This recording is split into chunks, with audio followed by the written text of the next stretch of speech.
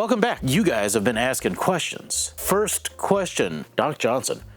What are the things I like and dislike about fan, ladder, and lattice guitars? I'm thinking of upgrading to a nicer instrument soon, but don't have a guitar shop near me to try them out and hear them in person. That's a wonderful question. I like that fan brace guitars tend to sound more traditional. I'm a traditional sounding person. I like that they develop a good warmth. I like that they develop a really good bass end, typically. I like that they enhance the overall woody characteristics of the sound.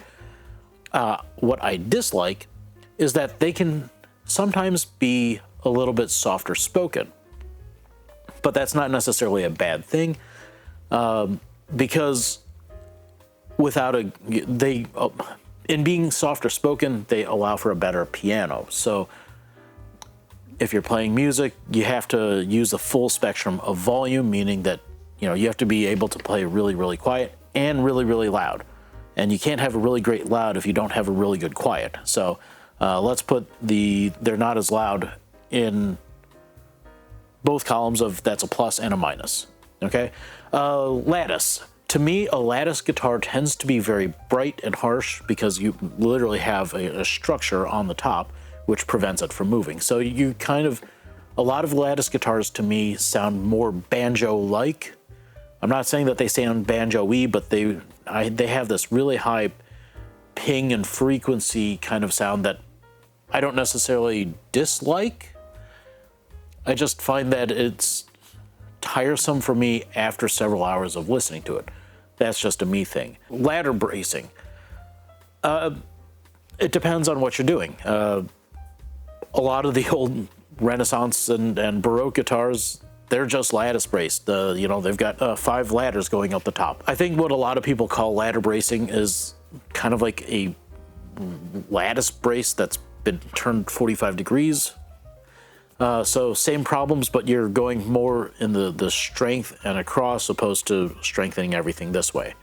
I've seen arguments on both sides regarding whether or not to wipe alcohol or other degreasing chemicals over oily tone woods, rosewood, cocobolo, etc., etc., etc.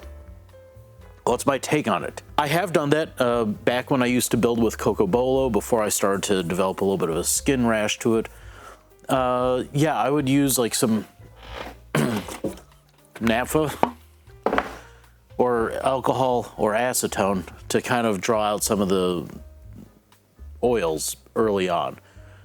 But the problem is that those oils kind of come back. You displace what's on the surface, but this stuff doesn't really get in deep enough to really pull out a lot of the oils. So it depends. This is where it gets into the, you can do you. It depends on the glue that you use.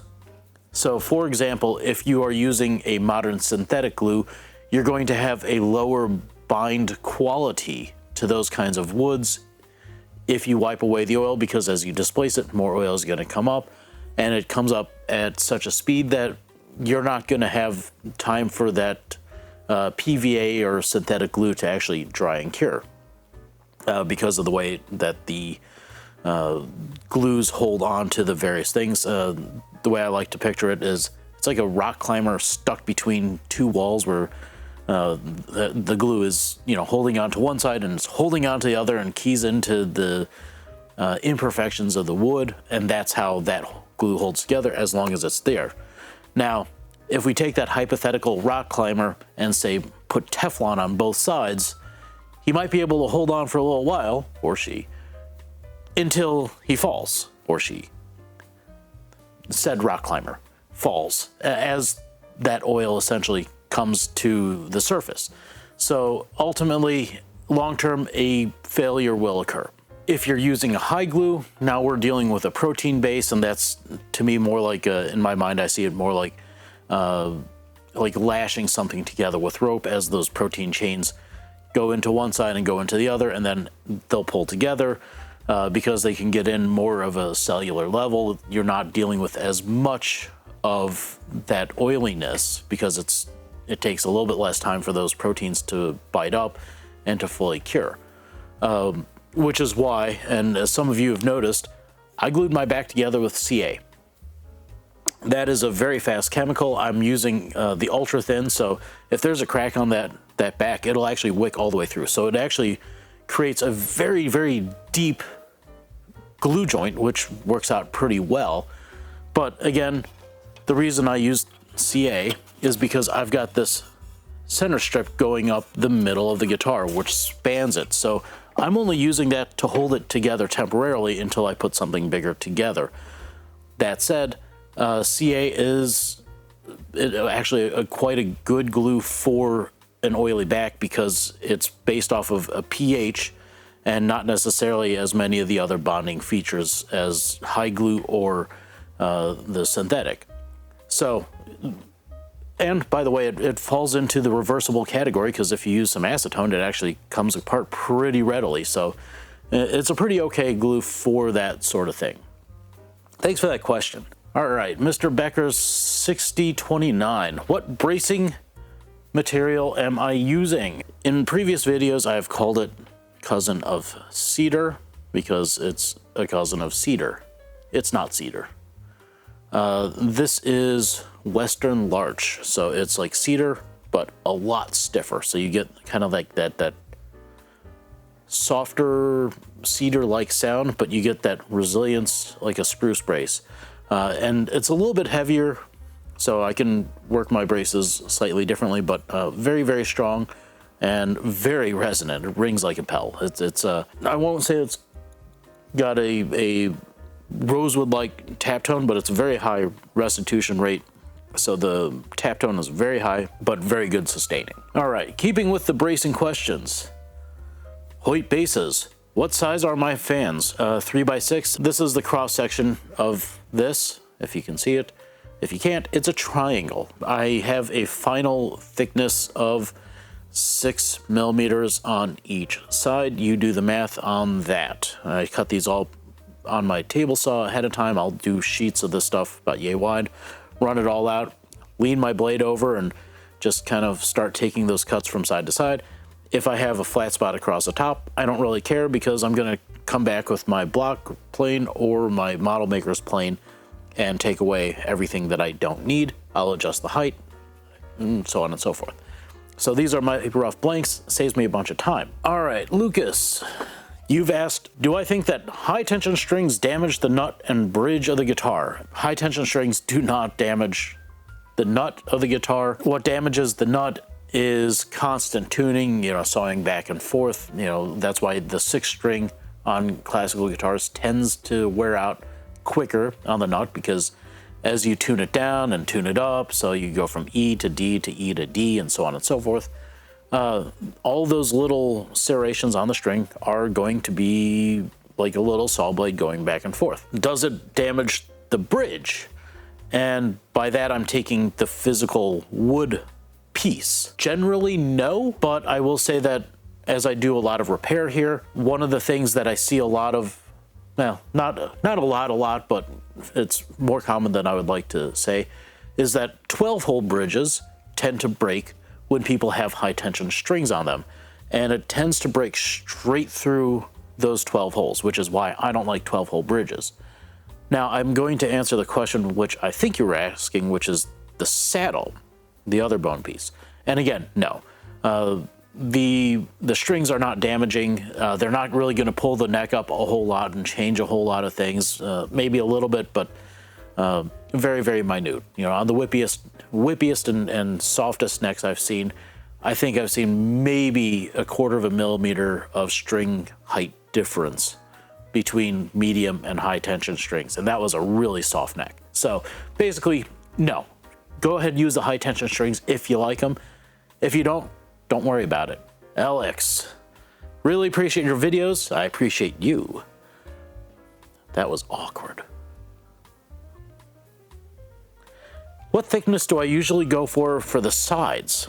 That's a great question. I like my sides to be around 1.6 millimeters to 1.7 millimeters final thickness. I don't like a whole lot of extra side material. I can understand why you would do a thicker side, like Ramirez does it with their double sides. So they've got a 1/16 of an inch of rosewood on the outside, 1/16 of an inch of cedar, or a 1/16 of an inch of cypress on the inside, sandwiched together. You've got a very large side, plus the blocks on a Ramirez, which are really, really big, which actually cuts down the vibrational area of the top, which is kind of why a Ramirez sounds the way it does, which is strange to think about. I prefer a thinner side. It's just less weight, and I don't like a whole lot of excess weight on a guitar. You know, if I want a heavier back or a heavier top, that's fine. The sides act to me like a bit of a sound post for bringing some vibrations to the back, but it's not a crucial thing. I don't like side pillars. I think that side pillars actually tend to cause more damage on guitars than not, unless you're running one of those suction cup supports, at which point I'd say maybe don't use the side mounted ones, but you know, that's a whole other discussion. I guess to answer your question, 1.6, 1.7, that's my final. You can go 2.2, but that to me feels really thick. It's a lot of extra energy to burn through when I bend them, and you can't really hear the difference. 1.6, 1.7, they bend easy. Ginger Jam.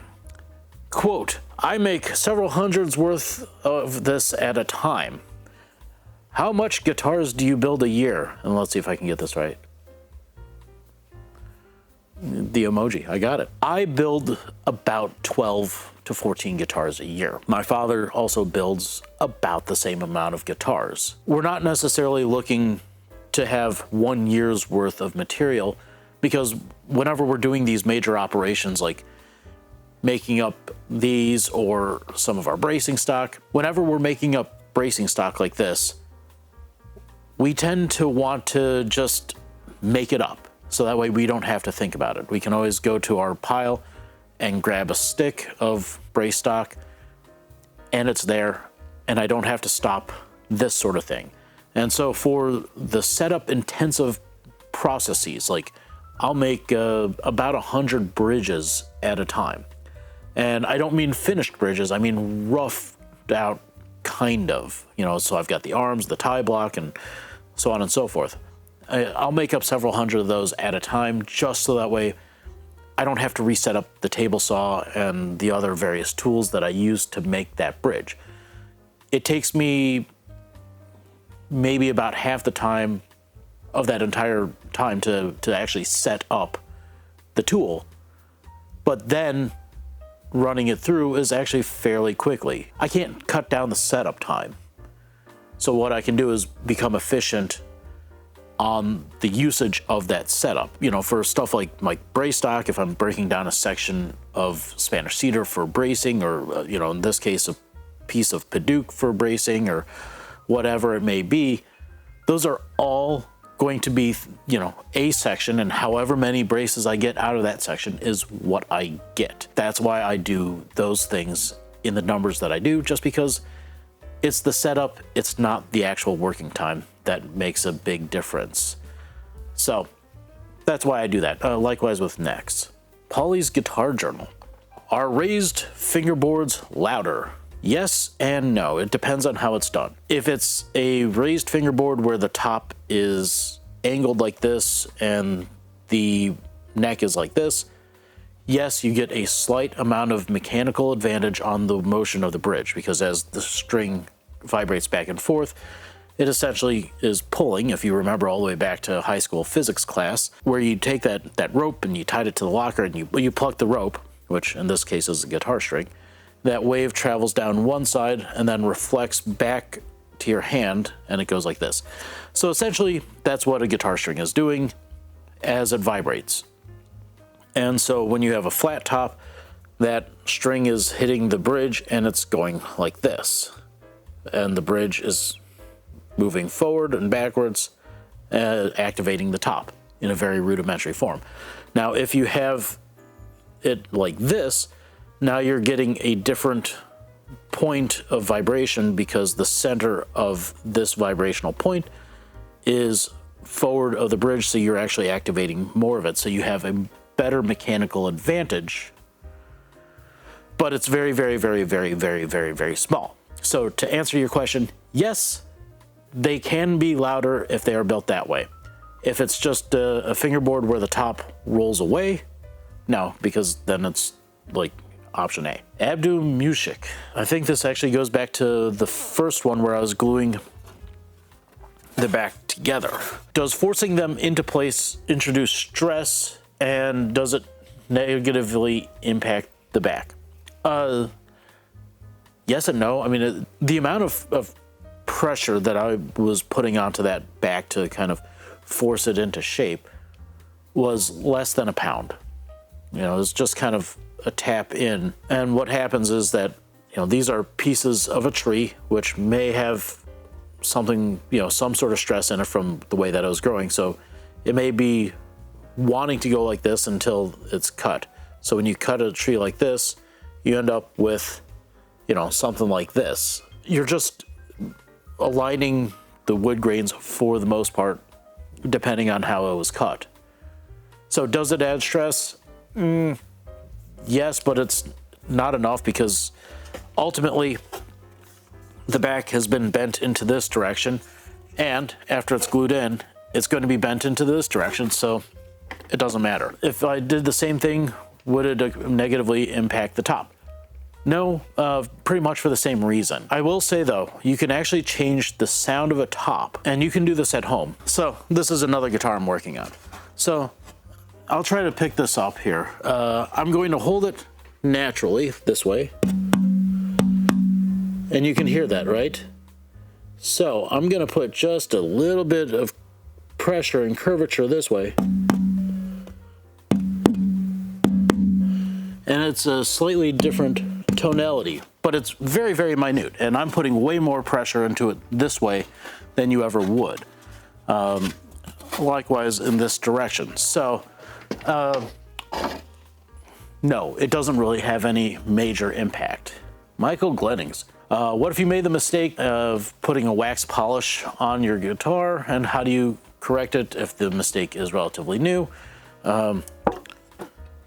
Be very careful. This may attack your finish. I don't recommend it. I'm not going to say what it is, so if you're listening and watching this at work, get back to work. But I do appreciate the clicks.